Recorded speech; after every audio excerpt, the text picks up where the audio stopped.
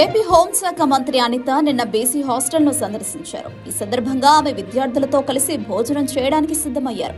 Hostel నిర్వాహకులు ఆమెకు plate ఇచ్చారు. భోజనం కూడా పెట్టారు. విద్యార్థులతో కలిసి భోజనం చేస్తుండగా ఒక్కసారిగా ఆమె చేతిలో ఒక వస్తువును పట్టుకుని చూపించారు. ఆమె ఆహారం తింటుండగా బొద్దింక వచ్చిందని, మంత్రికి ఇలాంటి పరిస్థితి ఎదురైతే ఇక విద్యార్థుల గురించి చెప్పాల్సిన పని లేదన్నట్టుగా వీడియో వెలుగులోకి వచ్చింది. సాక్షాత్తు ఏపీ హోంశాఖ మంత్రి విజిట్ లోనే ఇలాంటి ఘటన చోటు చేసుకోవడంతో సహజంగానే మీడియా అత్యుత్సాహంగా ఈ వార్తను ప్రసారం చేసింది. ఇక సోషల్ మీడియా గురించి ప్రత్యేకంగా చెప్పాల్సిన అవసరం లేదు. వైసీపీ మీడియా గురించి కూడా ప్రస్తావించాల్సిన అవసరం లేదు. నిన్నటి నుంచి మీడియాలో, సోషల్ మీడియాలో హోంమంత్రి భోజనం గురించే చర్చ. తమ ప్రభుత్వం వచ్చినాక విద్యా వ్యవస్థ బాగుపడిందని ఆ శాఖ మంత్రి లోకేష్ చెప్తున్నారు. అంతేకాదు, విద్యార్థులకు అన్ని రకాలుగా ప్రయోజనాలు చేకూర్చుతున్నామని వెల్లడించారు. కానీ హోంశాఖ మంత్రి పర్యటనలో బొద్దింక రావడంతో లోకేష్ ఇన్నాళ్లుగా చెప్పిన మాటలకు విలువ లేకుండా పోయింది. ఇదే విషయాన్ని వైసీపీ ప్రముఖంగా ప్రస్తావిస్తోంది. ఇక తన మీడియాలో అయితే ఎంత రచ్చ చేయాలో అంత రచ్చ చేస్తుంది. ఇదంతా కూటమి ప్రభుత్వానికి డ్యామేజ్ లాగా ఉండడంతో హోంమంత్రి అనిత స్పందించక తప్పలేదు. ఆమె వెంటనే డ్యామేజ్ కంట్రోల్ చేసే పనిలో పడ్డారు. తాను భోజనం చేస్తుంటే వచ్చింది బొద్దింక కాదని వెంట్రుకాని నిరూపించే ప్రయత్నం చేశారు. కాకపోతే అప్పటికే జరగాల్సిన నష్టం జరిగిపోయింది. అనిత భోజనం చేస్తున్నప్పుడు వచ్చింది బొద్దింకనా వెంట్రుకనా అనేది పక్కన పెడితే నేటి సోషల్ మీడియా కాలంలో కావాల్సింది సంచలనం మాత్రమే, నిజం కాదు.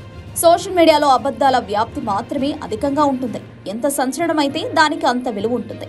అలాంటప్పుడు అనిత వెంట్రుకలు చూపించినా నమ్మే పరిస్థితిలో జనం ఉండరు. పైగా ఇప్పుడు ఆర్టిఫిషియల్ ఇంటెలిజెన్స్ కాలం.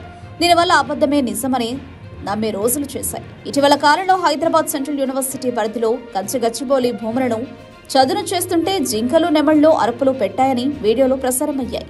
ఈ వీడియోలను భారత రాష్ట్ర సమితి నాయకులు తెగ ప్రచారం చేశారు. అయితే హైకోర్టు దాకా ఈ విషయం వెళ్లడం ప్రభుత్వం సీరియస్ గా తీసుకోవడంతో అదంతా ఆర్టిఫిషియల్ ఇంటెలిజెన్స్ ద్వారా సృష్టించిందని తేలింది. దీంతో అప్పటిదాకా ఆ వీడియోలను పెట్టిన వారంతా డిలీట్ చేయడం మొదలుపెట్టారు. కాకపోతే కాంగ్రెస్ ప్రభుత్వం ఆలస్యంగా మేల్కొన్నప్పటికీ డ్యామేజ్ కంట్రోల్ చేసుకుంది. ఇక నిన్న హాస్టల్లో విద్యార్థులతో కలిసి భోజనం చేసిన అనిత కాస్త చాకచక్యంగా ప్రవర్తించుంటే బాగుండేది. ఎక్కడ సందు దొరుకుతుందా అని వైసీపీ ఎదురు చూస్తోంది. ఎందుకంటే ఎన్నికల్లో 11 సీట్లకే పరిమితమైన ఆ పార్టీ రివెంజ్ కోసం గట్టిగా ఎదురు చూస్తుంది. ఇక బీఆర్ఎస్ అనుకూల సోషల్ మీడియా కూడా వైసీపీకి సపోర్ట్ చేస్తుంది. అంటే ఈ రెండు పార్టీలకు సంబంధించిన సోషల్ మీడియా విభాగాలు ఇటీవలి కాలంలో బలోపేతమయ్యాయి. అలాంటప్పుడు అధికారంలో ఉన్న వారు జాగ్రత్తగా ఉండాలి. ఏ మాత్రం అవకాశం ఇవ్వకుండా చూసుకోవాలి. అవకాశం ఇస్తే ఇదిగో ఇలానే ఉంటుంది. అప్పుడు ఎలాంటి వివరణలు ఇచ్చినా పెద్దగా ఉపయోగం ఉండదు. ఎందుకంటే జనాలకు కావాల్సింది సంచలనాలు మాత్రమే, నిజాలు కావు. నిజాలు చెప్పినా నేటి కాలంలో వినిపించుకునే పరిస్థితులు లేవు.